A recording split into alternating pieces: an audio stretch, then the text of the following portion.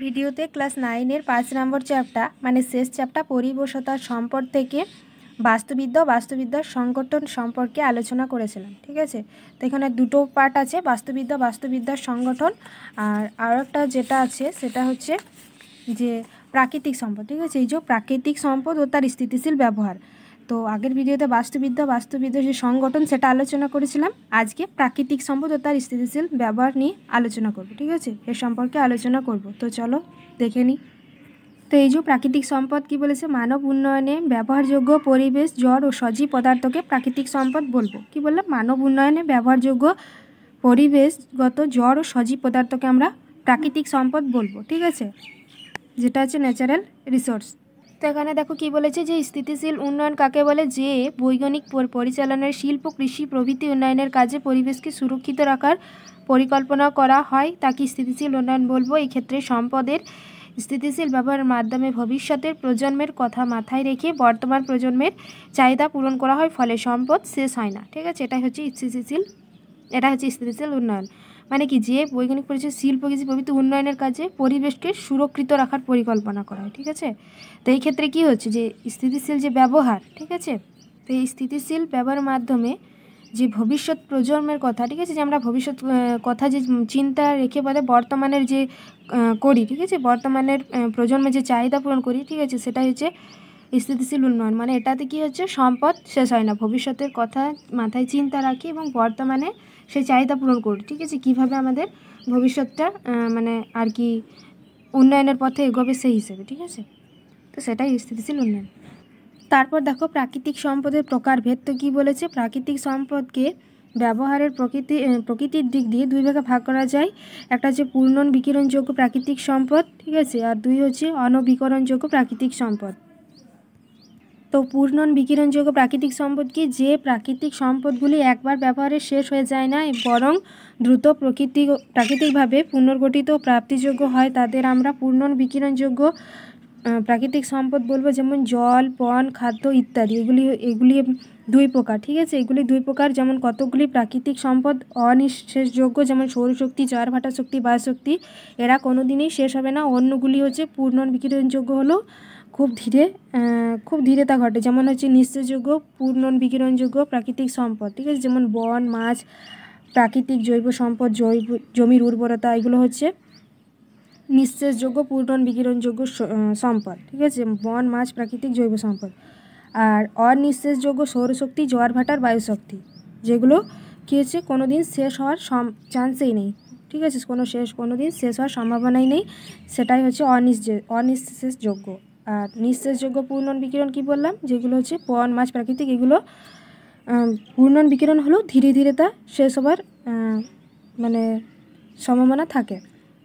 এরপর দেখব অনবিকরণযোগ্য প্রাকৃতিক সম্পদ। তো এটা কি? যেসব প্রাকৃতিক সম্পদ ক্রমাগত ব্যবহার করলে তা শেষ হয়ে যায়, তার পুনরুৎপাদন করা যায় না, তাকে বলে অনবিকরণযোগ্য প্রাকৃতিক সম্পদ।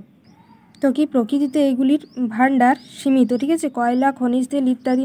তো কী বলবো, যে অনবিকরণযোগ্য শক্তি কি বলবো, যেসব শক্তি সম্পদ ক্রমাগত ব্যবহার করলে শেষ হয়ে যায়, ঠিক আছে, তার পুনরুৎপাদন মানে পুনরায় আবার উৎপাদন করা যায় না, সেটা হচ্ছে অনবিকরণযোগ্য প্রাকৃতিক সম্পদ।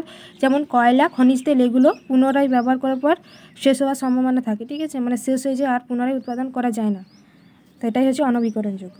তো বিভিন্ন প্রাকৃতিক সম্পদ আছে, যেমন প্রাকৃতিক সম্পদ বন, ঠিক আছে, তারপর আছে প্রাকৃতিক সম্পদ জল, প্রাকৃতিক সম্পদ খাদ্য, প্রাকৃতিক সম্পদ শক্তি, ঠিক আছে, এই 4 প্রকার প্রাকৃতিক সম্পদ সম্পর্কে দেওয়া আছে। তো চলো একটা করে দেখে নিই। তো প্রাকৃতিক সম্পদ বন, ন্যাচারাল রিসোর্স ফরেস্ট, ঠিক আছে, বন একটা গুরুত্বপূর্ণ প্রাকৃতিক সম্পদ। মানব সভ্যতার অগ্রগতি, জনসংখ্যা বৃদ্ধির সঙ্গে সঙ্গে শহর গড়ে তোলার জন্য বনের পর ধ্বংস করা হচ্ছে। বনের ব্যবহার কি? জল সম্পদ সংরক্ষণ। তো প্রথমের পয়েন্টে দেখব জল সম্পদ সংরক্ষণ। 1 নম্বর হচ্ছে বনের উদ্ভিদ জল ধরে রেখে বন্যা রোধ করে, ঠিক আছে। তারপর কি, বনে যে জলাশয় থাকে তা পরিশুদ্ধ জল সংরক্ষণ করে। পৃথিবীর 1/3 বড় শহরে new York, Singapore, Jakarta, Madrid প্রভৃতি বনজ হ্রদগুলি থেকে পানীয় জল সরবরাহ করে। তাছাড়া মাটির তলার জলস্তর নিয়ন্ত্রণে বন সাহায্য করে।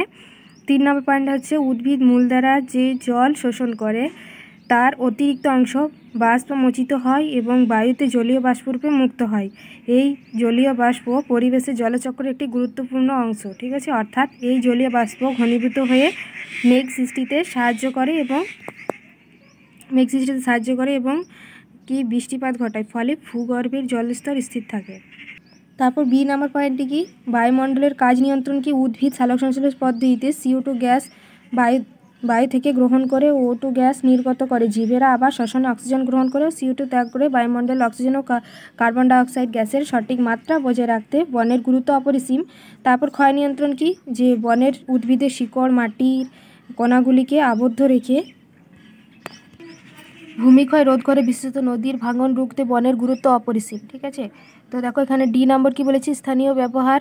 বনজ সম্পদ যেমন হচ্ছে কি, বনজ সম্পদ যেমন শাল, সেগুন, মেহগনি প্রভৃতি বৃক্ষের কাঠ আসবাব নির্মাণ, তারপর গৃহ নির্মাণে ব্যবহৃত হয়। চন্দন কাঠ পুজো ও প্রসাধনী তৈরিতে ব্যবহৃত হয়। হোগলা পাতা ঘরের ছাউনি দিয়ে, শাল পাতা খাবার থালা তৈরিতে ব্যবহৃত হয়। তারপর ইর পয়েন্টে দেখো কী রয়েছে, উৎপাদনমূলক ব্যবহার। এটা কি, এটা বনের বিভিন্ন ঔষধি উদ্ভিদ ভেষজ ওষুধ উৎপাদনে ব্যবহৃত হয়।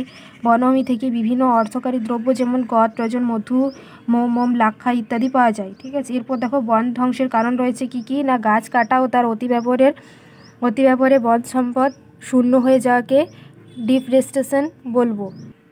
তো ডিফরেস্টেশন বা বন ধ্বংসের মূল কারণ হলো ক্রমবর্ধমান জনসংখ্যা এবং পরিকল্পনাহীন মানব উন্নয়ন। ঠিক আছে, তবে দাবানলের মতো প্রাকৃতিক কারণেও বন হ্রাস পায়। বন ধ্বংসের প্রধান কারণগুলি এখানে দেওয়া আছে। ঠিক আছে, যে বন ধ্বংসের কী কী কারণ হতে পারে, যেমন জ্বালানি আসবাব কাঠের নির্বিচার ব্যবহার।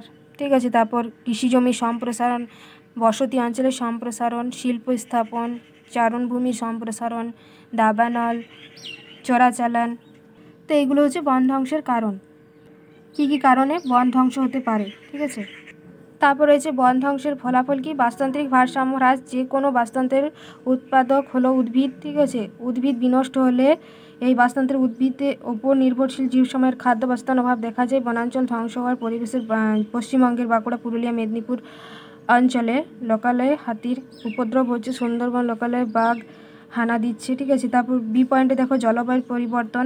ঠিক আছে, বিভিন্ন জলবায়ুর পরিবর্তনও কিন্তু হয়। বৃক্ষ যদি শূন্য হয়ে যায় তাহলে কিন্তু জলবায়ুর পরিবর্তন হবে। ঠিক আছে, মানে বৃক্ষ যত লাগাবে বৃষ্টিপাত তত হয়। আর যদি বৃক্ষ ছেদন করো, মানে বৃক্ষ যদি গাছ কাটা শুরু করো, তাহলে কী হবে, বৃষ্টিপাত হবে না এবং পৃথিবী কী হবে, আর উত্তপ্ত হবে। ঠিক আছে, জলবায়ুর উপর নির্ভর করে। তারপর মরুভূমি কারণ কেন, কারণ যদি সম্পূর্ণরূপে বন ধ্বংস করা হয় কী হবে, মরুভূমি আস্তে আস্তে ক্ষয় হবে এবং গাছপালার মানে মরুভূমির মতো পরিণতি হবে। অতিরিক্ত যদি বৃক্ষছেদন করা হয় তো মরুভূমি অঞ্চলে যেমন শুকনো বালি থাকে, দেখবে শুকনো শুষ্ক অঞ্চল, সেই রকম মরুভূমির মতোই অবস্থা হবে। অতিরিক্ত বৃক্ষছেদন করার ফলে বৃষ্টিপাত হবে না, তাহলে মরুভূমিতে তো পরিণতই হবে। তারপর ভূমিক্ষয়, এটা কি, গাছের মূল মাটিকে ধরে রেখে মাটির ক্ষয় রোধ করে এবং জল আবদ্ধ রাখতে সাহায্য করে। ঠিক আছে, এবং গাছ কমে গেলে কী হবে, সেই অঞ্চলে বৃষ্টির ফলে ভূমিক্ষয় বেড়ে যাবে। সেটা হচ্ছে ভূমিক্ষয়ের এক্সাম্পল। তো এগুলো হচ্ছে বন ধ্বংসের কারণ ফলাফল। ঠিক আছে, কী কী দেখলাম তাহলে, বনের ব্যবহার, প্রাকৃতিক সম্পদ বন। ঠিক আছে, তার কারণ দেখলাম আর যে তার ফল সেটা দেখলাম। তো এই প্রাকৃতিক সম্পদ বন থেকে কিছু ইম্পর্টেন্ট কোয়েশ্চেন, যেমন বিশ্ব পরিবেশ দিবস পালন করা হয় 5ই জুন। ঠিক আছে, কি এটা বলেছে, বন ধ্বংসের প্রতিকার সম্বন্ধে জনচেতনা বাড়ানোর জন্য তোমরা বাসস্থান সংলগ্ন অঞ্চলটি 5টি বৃক্ষে রোপণ করো। ঠিক আছে, এটা হচ্ছে বিশ্ব পরিবেশ দিবস। ঠিক আছে, তারপর রয়েছে বিশ্ব বন দিবস কি, বিশ্ব বন দিবস পালন করা হয় 21শে মার্চ। ঠিক আছে, বনহীন অবস্থায় নিয়ম মেনে গাছ পুঁতে গাছের জনসংখ্যার বৃদ্ধির স্থিতিশীল উন্নয়ন হলো। তারপর রয়েছে বিশ্ব বন দিবস। ঠিক আছে, বিশ্ব বন দিবস পালন করা হয় 21শে মার্চ। ঠিক আছে, কি বলেছে দেখো, অ্যাফরেস্টেশন আর ডিফরেস্টেশন কি, অ্যাফরেস্টেশন কাকে বলবো, তো কি বললাম, বনহীন অবস্থায় নিয়ম মেনে গাছ পুঁতে গাছের সংখ্যা বৃদ্ধি যে স্থিতিশীল উন্নয়ন, সেটা হচ্ছে অ্যাফরেস্টেশন। আর ডিফরেস্টেশন কি, গাছ কাটাও তার অতি ব্যবহারে বন সম্পদ শূন্য হয়ে যাকে বলবো ডিফরেস্টেশন। ঠিক আছে, তো এই ছিল বনের ব্যবহার, বন ধ্বংসের কারণ, বন ধ্বংসের ফলাফল। ঠিক আছে, এরপর দেখব জল, এরপর দেখবো প্রাকৃতিক সম্পদ জল। ঠিক আছে, ন্যাচারাল রিসোর্স অফ ওয়াটার। তো এটা কী বলেছে, জলের অপর নাম জীবন। পৃথিবীতে মাত্র 3% জল মিষ্টি জল, আর আবার 70% অংশ হচ্ছে হিমবাহ। ঠিক আছে, আর মেরু বরফ। অর্থাৎ ঘটনা হলো পৃথিবীর সমগ্র জলের মাত্র 1% পানযোগ্য মিষ্টি জল ও স্বাদু জল। তো এখানে জলের ব্যবহার রয়েছে। ঠিক আছে, জলের ব্যবহার কি, পানীয় জল, কৃষিকাজ। ঠিক আছে, তো তো পানীয় জল কি? পৃথিবীর ব্যবহার্য জলের 8% গৃহে ব্যবহৃত হয়। গৃহে মূলত পানীয় রূপে স্নান ও রান্নার কাজে, বাথরুম পরিষ্কার ও বাগান পরিচর্যায় জল ব্যবহৃত হয়। প্রতিদিন একজন মানুষ প্রায় 50 লিটার জল ব্যবহার করেন, ঠিক আছে। প্রায় এর মধ্যে পানের জন্য প্রয়োজন হয় মাত্র 2 থেকে 3 লিটার জল। কৃষিকাজ কি? পৃথিবীতে যে জল ব্যবহৃত হয় তার 70% চাষে ব্যবহৃত হয়। শস্য খাদ্যের যোগান দিতে দেখা গিয়েছে দৈনিক মাথাপিছু প্রায় 3000 লিটার জল চাষের কাজে লাগে। শিল্প, তো দেখো শিল্পর কাজে কি বলেছে? পৃথিবীর ব্যবহার্য জলের বাকি 22% শিল্পে ব্যবহৃত হয়, প্রধানত তাপবিদ্যুৎ উৎপাদন কেন্দ্র, জলবিদ্যুৎ উৎপাদন, তেল পরিশোধনাগার ও পণ্য উৎপাদন শিল্পে ব্যবহৃত হয়, ঠিক আছে। এগুলো শিল্প কাজে। তাহলে আমরা কি কি দেখলাম? পানীয় জল, কৃষিকাজ, ঠিক আছে, তারপর শিল্প, এগুলোতে জলের ব্যবহার হচ্ছে। তারপর জলের অতিব্যবহার, এখানে সংকট দেওয়া আছে। অতিব্যবহার ফলে কি কি সংকট দেখা দিতে পারে? জলের অতিব্যবহার ও সংকট। জল অপচয় একটি খারাপ অভ্যাস, ঠিক আছে। আমরা তো প্রত্যেকে জানি যে জল অতিরিক্ত অপচয় কিন্তু একটা খারাপ অভ্যাস। দেখো, কল খুলে রাখা, গৃহ কৃষি শিল্পে জলের অপচয় ভারতে বেশি, ঠিক আছে। তার কারণ হচ্ছে অশিক্ষা, অভ্যাস, নির্বিকার প্রশাসন। জলের অতিব্যবহারে বা অপচয়ের কারণে প্রাকৃতিক জল ভাণ্ডারগুলি নিঃশেষিত হয়, ফলে তীব্র জল সংকট দেখা দেয়, ঠিক আছে। জলের অতিব্যবহারের বিভিন্ন ক্ষতিকর দিকগুলি যেমন বেশি জল ব্যবহারে কি হচ্ছে? বেশি জল ব্যবহারে সুস্বাদু জলের যোগান টান পড়ছে, ভৌমজলের স্তর হ্রাস পাচ্ছে। 2 হচ্ছে কৃষিকাজে বেশি জল ও সাবান ব্যবহৃত হলে সেই জল ও জলাশয় জমবে, সেখানের বাস্তু ভারসাম্য নষ্ট হবে। তারপর 3 নম্বর কি? তাপবিদ্যুৎ উৎপাদনে ব্যবহৃত পরিতৃপ্ত জল উষ্ণ হয়, যা জলজ জীবের বিনাশের কারণ, ঠিক আছে। তারপর কি? কৃষিতে বেশি জল ব্যবহারে পেস্টিসাইড, অজৈব সার জলাশয়ে গিয়ে পড়ে ও দূষণ ঘটায়, ঠিক আছে। তাছাড়া এর ফলে কৃষি জমি লবণাক্ত হয়ে পড়ে, কারণ জলের খনিজ মাটিতে শোষিত হয়। তো এগুলো হচ্ছে জলের অতি ব্যবহারের সংকট। তারপরে কি? জলের অতি ব্যবহারজনিত সংকটের ঘটনা কি বলছে? জলের অতি ব্যবহারের ফলে নানা সমস্যা তৈরি হচ্ছে ও তীব্র জল সংকট দেখা দিচ্ছে। এই রকম কয়েকটি ঘটনা কি কি? যেমন পশ্চিমবঙ্গে জলের আর্সেনিক ও ফ্লোরাইড দূষণ, ঠিক আছে। তারপর কি? যেমন মধ্যপ্রদেশের জব্বলপুরের জল সংকট। এখানে দুটো পয়েন্ট স্পেশালি দেওয়া আছে যে জল সংকটের, অতি ব্যবহারজনিত সংকটের ফলে কি কি ঘটনা ঘটতে পারে, ঠিক আছে। দুটো এখানে পয়েন্ট দেওয়া আছে, অবশ্যই দেখে নেবে। কি? একটা পশ্চিমবঙ্গের আর্সেনিক ও ফ্লোরাইড দূষণ, মধ্যপ্রদেশের জব্বলপুরে জল সংকট। এরপর পয়েন্টে রয়েছে বৃষ্টির জল সংরক্ষণ। তো বৃষ্টির জল সংরক্ষণ পদ্ধতি 3টে, ঠিক আছে। বৃষ্টির জল সংরক্ষণ পদ্ধতি, বৃষ্টির জল সংরক্ষণের সুবিধা আর বৃষ্টির জল সংরক্ষণের অসুবিধা দেওয়া আছে। তো এখানে পাশের ছবিতে দেওয়া আছে, ঠিক আছে, বৃষ্টির জল সংরক্ষণ কীভাবে করা হয়। এই পয়েন্টগুলো অবশ্যই দেখে নেবে। কি বলেছে বৃষ্টির জল সংরক্ষণ পদ্ধতিতে? দেখো, তো 1 নম্বর পয়েন্টে কি? বৃষ্টির জল সংগ্রহ। বাড়ির ছাদ বা অন্য কোনো স্থায়ী সঞ্চয় স্থানে বৃষ্টির জল প্রথমে ধরা হয়। তারপর 2 নম্বর পয়েন্ট কি? পরিবহন। বৃষ্টির জল ধরার পর তা পাইপের দ্বারা পরিশোধকরণে নিয়ে যাওয়া হয়। 3 নম্বর হচ্ছে পরিশোধকরণ। জলের জীবাণু অস্বচ্ছতা দূর করতে জল এরপর পরিশোধ করা হয়। চারকোল, ফিল্টার, স্পঞ্জ, ফিল্টার, বালি, নুড়ি ফিল্টার এই কাজে ব্যবহৃত হয়। 4 নম্বর পয়েন্ট রয়েছে জল সঞ্চয়ের ও ব্যবহার। পরিশুদ্ধ জল প্রথমে সঞ্চয় ট্যাঙ্কে পাঠানো হয় অথবা মাটির নিচে জলধারে সঞ্চয় করা হয় এবং তারপর সেখান থেকে প্রয়োজন অনুসারে নির্দিষ্ট বাড়ি ট্যাঙ্ক সঞ্চয় করে পরে তা ব্যবহার করা হয়। 5 নম্বর পয়েন্ট কি? 5 নম্বর পয়েন্ট কি না? ভূগর্ভে প্রেরণ। অনেক সময় বৃষ্টির জলকে সরাসরি ভূগর্ভে পাঠানো হয়। তো এই যে দেখো, এখানে পাশে দেওয়া রয়েছে বৃষ্টির জল বাড়ির ছাদে। প্রথমে কি হচ্ছে? বাড়ির ছাদে অন্য কোনো সঞ্চয়স্থানে বৃষ্টির জল প্রথমে ধরা হচ্ছে, তারপর পরিবহন করা হচ্ছে কি?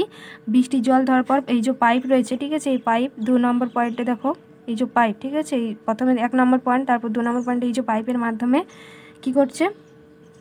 তাই দ্বারা পরিশোধন করে নিয়ে যাওয়া হচ্ছে। 3 নম্বর পয়েন্ট কি? পরিশুদ্ধকরণ। জীবাণু অস্বচ্ছতা দূর করতে জল পরিশুদ্ধ করা হচ্ছে, ঠিক আছে, এবং চারকোল, ফিল্টার, স্পঞ্জ, ফিল্টার, বাড়ি নুড়ি ফিল্টার কাজে ব্যবহৃত হচ্ছে। এই যে এটা 3 নম্বর পয়েন্ট, ঠিক আছে। মানে কি হচ্ছে? পরিশোধ করা হচ্ছে বিভিন্ন যে জীবাণু রয়েছে, তারপর অস্বচ্ছতা দূর করতে এই যে এটা করা হচ্ছে, ঠিক আছে। ফিল্টার এবং স্পঞ্জ, ফিল্টার, বালি নুড়ি ফিল্টার কাজে ব্যবহৃত হচ্ছে। তো 4 নম্বর পয়েন্ট হচ্ছে জল সঞ্চয় ব্যবহার, ঠিক আছে। মানে কি? এই যে জল, ঠিক আছে, এই জলটা কি হচ্ছে? যে ট্যাঙ্কে পাঠানো হচ্ছে। এই যে 4 নম্বর পয়েন্ট হচ্ছে ট্যাঙ্কে পাঠানো হচ্ছে জলাশয় সঞ্চয় এবং সেখান থেকে প্রয়োজন অনুসারে সঞ্চয় করা হচ্ছে। 5 নম্বর হচ্ছে ভূগর্ভে প্রেরণ, ঠিক আছে। অনেক সময় বৃষ্টির জলকে সরাসরি ভূগর্ভে পাঠানো হচ্ছে। এই যে বৃষ্টির জল 4 থেকে 5 নম্বর পয়েন্টে, ঠিক আছে, ভূগর্ভে এইভাবে পাঠানো হচ্ছে। তো এই ছিল বৃষ্টির জল সংরক্ষণ পদ্ধতি। এরপর বৃষ্টির জল সংরক্ষণের সুবিধা আর অসুবিধা রয়েছে। তো সুবিধা কি, বৃষ্টির জল সাধারণত দূষণমুক্ত হয়, বৃষ্টির জল ব্যবহারে ভৌম জলস্তরের ওপর চাপ পড়ে না, ফলে জল সংকট হওয়ার সম্ভাবনা হ্রাস পায়। 3 নম্বর কি, এই জল পানীয়, গৃহকাজ ও কৃষিকাজ প্রভৃতিতে সহজে ব্যবহার করা যায়।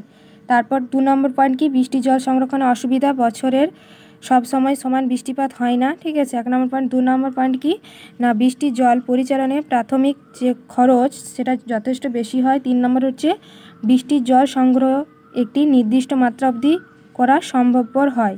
ঠিক আছে, এইগুলো হচ্ছে অসুবিধা।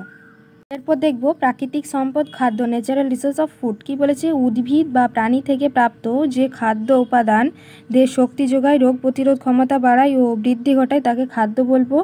জনসংখ্যা বৃদ্ধি ও পরিবেশ বিনষ্ট হওয়ার আজ খাদ্য সংকট পৃথিবীব্যাপী। ঠিক আছে। খাদ্যের উৎস দেওয়া আছে প্রথমে।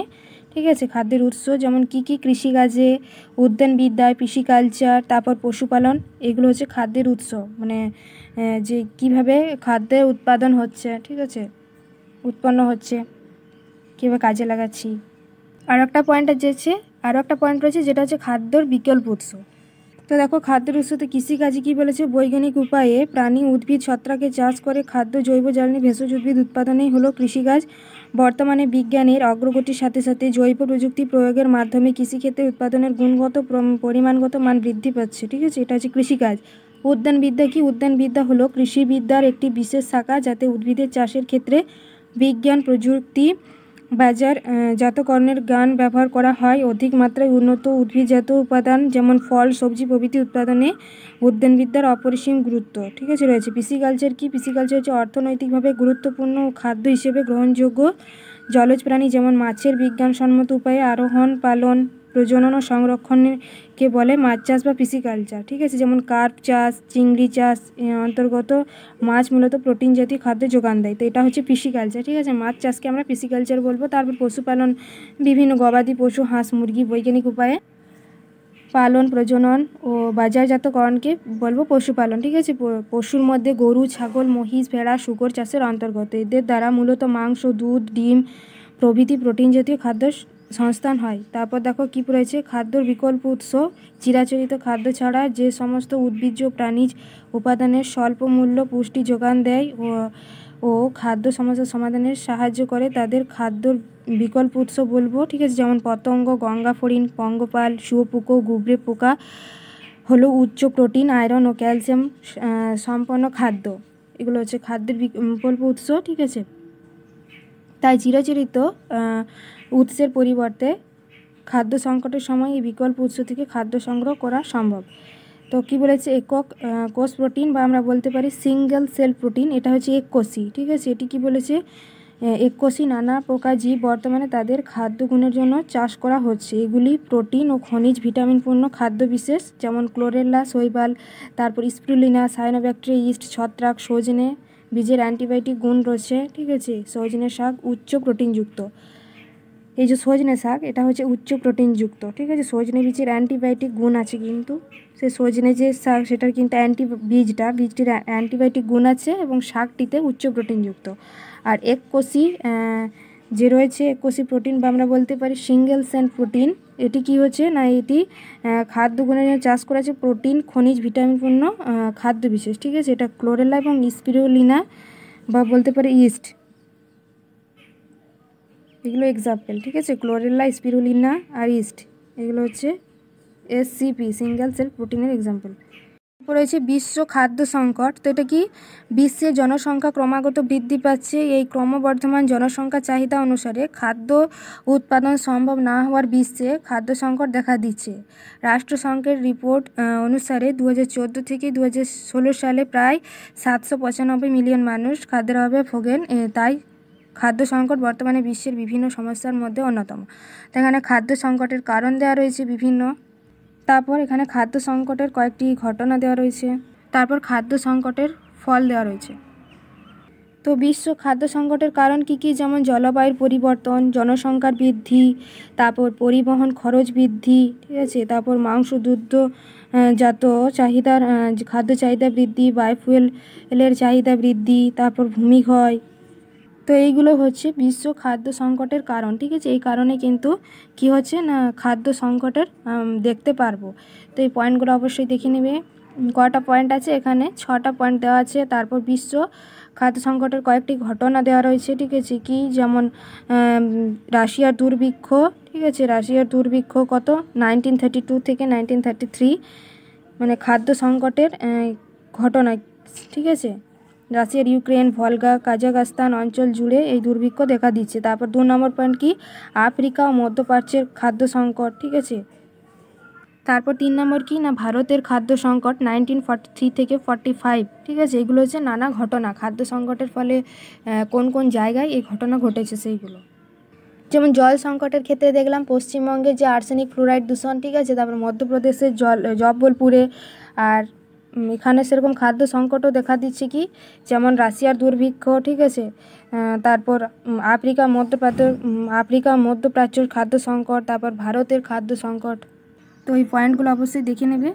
তো এখানে দেখো বিশ্ব খাদ্য দিবস কত সালে পালন করা হয়, 16ই অক্টোবর, ঠিক আছে। 16 অক্টোবর বিশ্ব খাদ্য দিবস পালন করা হচ্ছে। তারপর খাদ্য সংকটের ফল দেওয়া আছে কি না মূল্যবৃদ্ধি, দুর্ভিক্ষ, সামাজিক অস্থিরতা, অনুন্নয়ন। এগুলো হচ্ছে খাদ্য সংকটের ফল। যেমন মূল্যবৃদ্ধি কি খাদ্য সংকটের সময় চাহিদা যোগানের বড় পার্থক্য ঘটে, তাই স্বল্প খাদ্য কিন্তু বেশি মানুষ থাকার দরুন খাদ্য বেশি দাম দিয়ে কিনতে বাধ্য হয়, অর্থাৎ মূল্যবৃদ্ধি ঘটে। দুর্ভিক্ষ কি বিস্তীর্ণ এলাকায় খাদ্য সংকট দুর্ভিক্ষ সৃষ্টি করে, ঠিক আছে।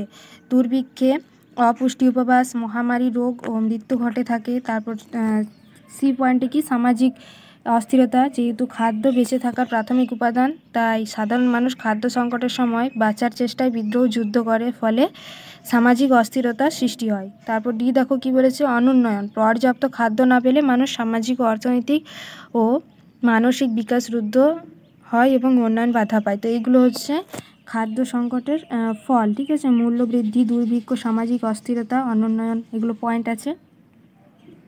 তারপর রয়েছে প্রাকৃতিক সম্পদ শক্তি। কি বলেছে ভৌত বা রাসায়নিক সম্পদের ব্যবহার দ্বারা যে ক্ষমতা সৃষ্টি তাই হলো শক্তি। প্রধানত তাপ ও বিদ্যুৎ তৈরিতে এবং যান্ত্রিক কার্যকলাপে আমরা শক্তি ব্যবহার করে থাকি। তো সেখানে শক্তির উৎস রয়েছে অনবীকরণযোগ্য শক্তির উৎস, পূর্ণন বিকিরণযোগ্য শক্তির উৎস, ঠিক আছে। তারপর শক্তির ব্যবহার রয়েছে, তারপর ক্রমবর্ধমান শক্তির চাহিদা, তারপর শক্তির অপচয়, প্রত্যাহিক জীবনে শক্তি সংরক্ষণ। তো কি বললাম প্রাকৃতিক সম্পদ শক্তি, ন্যাচারাল রিসোর্স অফ এনার্জি কি বলেছে যে ভৌত বা রাসায়নিক সম্পদের ব্যবহার দ্বারা যে ক্ষমতার সৃষ্টি তাই হচ্ছে শক্তি, ঠিক আছে। শক্তি তো প্রধানত তাপ ও বিদ্যুৎ তৈরিতে এবং যান্ত্রিক কার্যকলাপে আমরা শক্তি ব্যবহার করে থাকি। 1 নম্বর পয়েন্টে কি বললাম জীবাশ্ম জ্বালানি প্রধানত 3 প্রকার, খনিজ তেল, পেট্রোলিয়াম, কয়লা এবং প্রাকৃতিক গ্যাস, ঠিক আছে। এটা আমরা অনবীকরণযোগ্য শক্তি বলছি, যেটা কি হচ্ছে ব্যবহার করে পুনরায় শেষ হওয়ার সম্ভাবনা রয়েছে, মানে শেষ হওয়ার যোগ্য, ঠিক আছে। পুনরায় উৎপন্ন করার কোনো সম্ভাবনা নেই, তা সেটাই। তো কি বললাম দেখো কি কি খনিজ তেল, পেট্রোলিয়াম, কয়লা, প্রাকৃতিক গ্যাস, ঠিক আছে। তাই 3টে হচ্ছে প্রধান জীবাশ্ম জ্বালানি, যেটা হচ্ছে অনবীকরণযোগ্য। 2 নম্বর পয়েন্টে রয়েছে নিউক্লিয়ার শক্তি, ঠিক আছে, যা নিউক্লিয়ার রিয়েক্টর ইউরেনিয়াম ব্যবহার করে উৎপন্ন হয়। তারপর দেখো পূর্ণন বিকিরণযোগ্য শক্তি কি কি বলেছে পূর্ণন বিকিরণযোগ্য যেমন জৈব জ্বালানি, বায়োমাস ইত্যাদি। 2 নম্বর পয়েন্ট হচ্ছে জলবিদ্যুৎ শক্তি, ঠিক আছে। জলের স্থিতি শক্তিকে বিদ্যুৎ শক্তিতে রূপান্তরিত করা হয়। 3 নম্বর পয়েন্ট কি সূর্য থেকে প্রাপ্ত সৌরশক্তি। 4 নম্বর হচ্ছে জোয়ারের শক্তি বা কটাল শক্তি, ঠিক আছে। জোয়ারের সময়ে জলে টারবাইন ঘুরিয়ে বিদ্যুৎ শক্তিতে পরিণত করা হয়। 5 নম্বর কি বায়ু প্রবাহের মুখে বায়ুকল বা বায়ুচক্র বসিয়ে বায়ুর গতিশক্তিকে ব্যবহার করে চক্রের সঙ্গে যুক্ত টারবাইনের মাধ্যমে বিদ্যুৎ শক্তি উৎপাদন করা হয়, ঠিক আছে। এগুলো হচ্ছে পূর্ণন বিকিরণযোগ্য শক্তির উৎসের এক্সাম্পল। এরপর শক্তির ব্যবহার কি কি বলেছে দেখো দৈনন্দিন জীবনে শক্তির ব্যবহার, ঠিক আছে। তারপর শিল্পে শক্তির ব্যবহার রয়েছে। তো দৈনন্দিন জীবনে শক্তির ব্যবহার কি এসি, রুম হিটার, রেফ্রিজারেটর প্রভৃতি চালানোর ক্ষেত্রে সবচেয়ে বেশি বৈদ্যুতিক শক্তি ব্যবহৃত হয়। এর মূল উৎস হলো তাপশক্তি বা জলবিদ্যুৎ শক্তি। 2 নম্বর পয়েন্ট কি বিভিন্ন ছোট গাড়ি, বাইক, রেল, বাস, লঞ্চ প্রভৃতি চালানোর জন্য জীবাশ্ম জ্বালানি দহনে প্রাপ্ত শক্তি ব্যবহৃত হচ্ছে। বর্তমানে গাড়িতে পরিবেশ বান্ধব যেমন সিএনজি, কম্প্রেসড ন্যাচারাল গ্যাস, ঠিক আছে, ব্যবহার করা হচ্ছে। 3 নম্বর পয়েন্ট কি রান্নার কাজে কয়লা, এলপিজি, লিকুইফাইড পেট্রোলিয়াম গ্যাস ব্যবহৃত হচ্ছে। 4 নম্বর কি এখন বহু স্থানে সৌরশক্তি, বায়ুশক্তিকেও বিদ্যুৎ শক্তিতে রূপান্তর করে দৈনন্দিন কাজে লাগানো হচ্ছে, ঠিক আছে। এরপর বি পয়েন্ট রয়েছে শিল্পে শক্তির ব্যবহার। কি বলেছে? শিল্পে মূলত তাপবিদ্যুৎ শক্তি ও প্রাকৃতিক শক্তি হলো প্রধান শক্তির উৎস। ঠিক আছে। 2 নম্বর পয়েন্ট কি? 2 নম্বর পয়েন্ট রয়েছে রাসায়নিক শিল্পে সবচেয়ে বেশি শক্তি ব্যবহৃত হয়, তারপরে পেট্রোলিয়াম পরিশোধন শিল্প, কাগজ ও ধাতু শিল্পের স্থান। ঠিক আছে, এটা হচ্ছে শিল্পে শক্তির উৎস। এরপর ক্রমবর্ধমান শক্তির চাহিদা। ঠিক আছে, শক্তির চাহিদা কি? ক্রমবর্ধমান জনসংখ্যার যে জীবনযাত্রা, ঠিক আছে, তার মান উন্নয়নের জন্য মান উন্নয়নের কারণে শক্তির চাহিদা ক্রমাগত বৃদ্ধি পাচ্ছে। ঠিক আছে। তারপর খাদ্য উৎপাদন, বাসস্থান নির্মাণ, বিস্তৃত পরিবহন ব্যবস্থা নির্মাণ, ঠিক আছে, স্কুল কলেজ প্রভৃতি নির্মাণ, ব্যক্তিগত শক্তি নির্ভর যন্ত্রপাতির ব্যবহার, অস্ত্র নির্মাণ প্রভৃতি ক্ষেত্রেও ক্রমে বর্ধিত হচ্ছে। তাই শক্তির চাহিদাও দিন দিন বাড়ছে, কিন্তু এই চাহিদার সাথে সামঞ্জস্য রেখে যোগানের ব্যবস্থা করা খুবই কঠিন, কারণ কয়লা, পেট্রোলিয়াম প্রভৃতি প্রচলিত শক্তির উৎসগুলি অনবীকরণযোগ্য হওয়ায় ক্রমাগত নিঃশেষিত হয়ে যাচ্ছে। তাই এদের স্থিতিশীল ব্যবহার করা প্রয়োজন, কিন্তু চাহিদা পূরণ করাও দরকার। তাই পুনর্বিকিরণযোগ্য বিকল্প শক্তির ব্যবহার বাড়াতে হবে। এরপর রয়েছে শক্তির অপচয়। ঠিক আছে। তারপর প্রত্যাহিক জীবনে শক্তি সংরক্ষণ। তো শক্তির অপচয় কি কি? যেমন দেখো এখানে দেওয়া আছে, নানাভাবে শক্তির অপচয় ঘটে থাকে। শিল্পে পুরনো প্রযুক্তি যন্ত্রপাতি ব্যবহারে, ঠিক আছে, প্রচুর শক্তি অপচয় হয়। তারপর পুরনো গাড়িতে তেলের যথেষ্ট অপচয় হলে, তারপর ঘরে কেউ না থাকলে ফ্যান, টিভি, আলো চালিয়ে রাখা সাধারণত ভুল, মানে কেউ যদি না থাকে অযথা আমরা চালিয়ে রাখি, ঠিক আছে, সেটা একটা শক্তির অপচয়। তারপর শহরে বা গ্রামের একাংশ লোডশেডিং হলেও যথেচ্ছভাবে ইলেকট্রিক ব্যবহৃত হয়। শহরের স্ট্রিট লাইট কখনো দিনের বেলাতেও জ্বালানো থাকে, আবার সন্ধে হওয়ার আগে জ্বালিয়ে দেওয়া হয়। ঠিক আছে, মানে সন্ধে হওয়ার আগেই তা জ্বালিয়ে দেওয়া হয়। কখন দিনের বেলাতেও জ্বালানো থাকে, আবার সন্ধে হওয়ার আগেই তা জ্বালিয়ে দেওয়া হয়। তারপর হচ্ছে প্রত্যাহিক জীবনে শক্তির সংরক্ষণ। তো এখানে দেখো কি বলেছে, পয়েন্ট দেওয়া আছে। ঠিক আছে, এখানে 6টা পয়েন্ট দেওয়া আছে। কি কি দেখো, শক্তির সংরক্ষণ বলতে শক্তির কম ব্যবহার এবং শক্তির উপযুক্ত ব্যবহার দ্বারা ভবিষ্যতের জন্য শক্তি বাঁচানোকে বোঝায়। প্রত্যেক জীবনে শক্তি সংরক্ষণ বলতে সূর্যালোকের যথাসম্ভব ব্যবহার, তারপর যথাসম্ভব হাঁটা, সোলার হিটার ব্যবহার, শক্তি উৎসের কম মাত্রায় ব্যবহার, উপযুক্ত আলোর ব্যবহার, বৃষ্টির জল সংরক্ষণ। ঠিক আছে, এগুলো হচ্ছে প্রত্যেক জীবনে শক্তির সংরক্ষণ। তো অবশ্যই এগুলো একটু দেখে নেবে পয়েন্টগুলো। ঠিক আছে, তো এটাই হচ্ছিল লাস্ট, ঠিক আছে, আলোচনা প্রাকৃতিক সম্পদ ও তার স্থিতিশীল ব্যবহার। ঠিক আছে, তো চলো এবার এখান থেকে এমসিকিউগুলো আমরা সলভ করে নিচ্ছি। এই যে প্রাকৃতিক সম্পদ ও তার স্থিতিশীল ব্যবহার, ঠিক আছে, এখান থেকে এমসিকিউগুলো আমরা সলভ করব। প্রথমে কি বলেছে, পরিবেশ উন্নয়নের আধুনিকতম ভাবনা হচ্ছে কি? আধুনিকতম। ঠিক আছে, এটা হবে স্থিতিশীল উন্নয়ন, অপশন ডি। পরিবেশ ও অর্থনৈতিক উন্নয়ন উভয় পাশাপাশি জরুরি, যে ধারণাকে সমর্থন করে সেটা হচ্ছে স্থিতিশীল উন্নয়ন। একটি অনবীকরণযোগ্য প্রাকৃতিক সম্পদের উদাহরণ হচ্ছে কি? এটা হবে কয়লা। ঠিক আছে, কয়লা হচ্ছে অনবীকরণযোগ্য, মানে পুনরায় শেষ ব্যবহার ইউজ করার পর পুনরায় শেষ হওয়ার সম্ভাবনা থাকে, সেটা হচ্ছে অনবীকরণযোগ্য। একটি পুনর্বিকিরণযোগ্য প্রাকৃতিক সম্পদ, তো এটা কী হবে? এটা হবে বন। ঠিক আছে, কারণ শেষ হওয়ার সম্ভাবনা খুব কম। তারপর একটি অপরিবর্তনীয় প্রাকৃতিক সম্পদ, এটা হচ্ছে নৈসর্গিক সম্পদ, নৈসর্গিক দৃশ্য। ঠিক আছে, ভারতের অরণ্যর প্রকৃতি মূলত কী হবে? পাতা ঝরা। ঠিক আছে, তারপর যে অরণ্য গাছের বাণিজ্যিক ব্যবহার সবচেয়ে বেশি তা হলো সরলবর্গীয় বনের সবুজ উদ্ভিদ, হলো এটা হবে উৎপাদক। তাহলে কি বনের অধিকাংশ প্রাণী হলো খাদ্যক? নিচের কোনটি বনের কাজ নয়? তো ক্ষয় নিয়ন্ত্রণ, জলচক্র নিয়ন্ত্রণ, বৃষ্টি, বন্যা নিয়ন্ত্রণ, এগুলো সবই অ্যাসিড বৃষ্টি নয়। নিচের কোনটি বনের উৎপাদকমূলক ব্যবহার নয়? ঠিক আছে, উৎপাদকমূলক ব্যবহার বলেছে, তো মৌচাক, ভেষজ চাষ, ফল চাষ, এগুলো উৎপাদকমূলক ব্যবহার, কিন্তু নয় বলেছে জলজ চাষ। নিচের যেটি বন ধ্বংসের কারণ নয়, তো বন ধ্বংসের কারণ কোনটা হবে? তো এটা অপশান ডি হবে, বন্যা। বসতি বৃদ্ধির ফলে গাছের সংখ্যার হ্রাস পায়, এর সমাধান হলো, তো এটা অপশান হবে ডি, বহুতল নির্মাণ দ্বারা বাসস্থান বৃদ্ধি। একটি গাছ কাটবার আগে নিচে যে কাজটি করা উচিত তা হলো কোনটা হবে? একটা গাছ কাটবার আগে আর কোনো গাছ কাটা যায় তা চিহ্নিত করা, না কাটা গাছ বিক্রির বন্দোবস্ত করা, না অন্তত 3টি একই রকম গাছের চারা রোপণ করা, না শুধুমাত্র গাছ কাটার বিষয়ে সংযোগ করা। তো এটা হবে অপশান সি।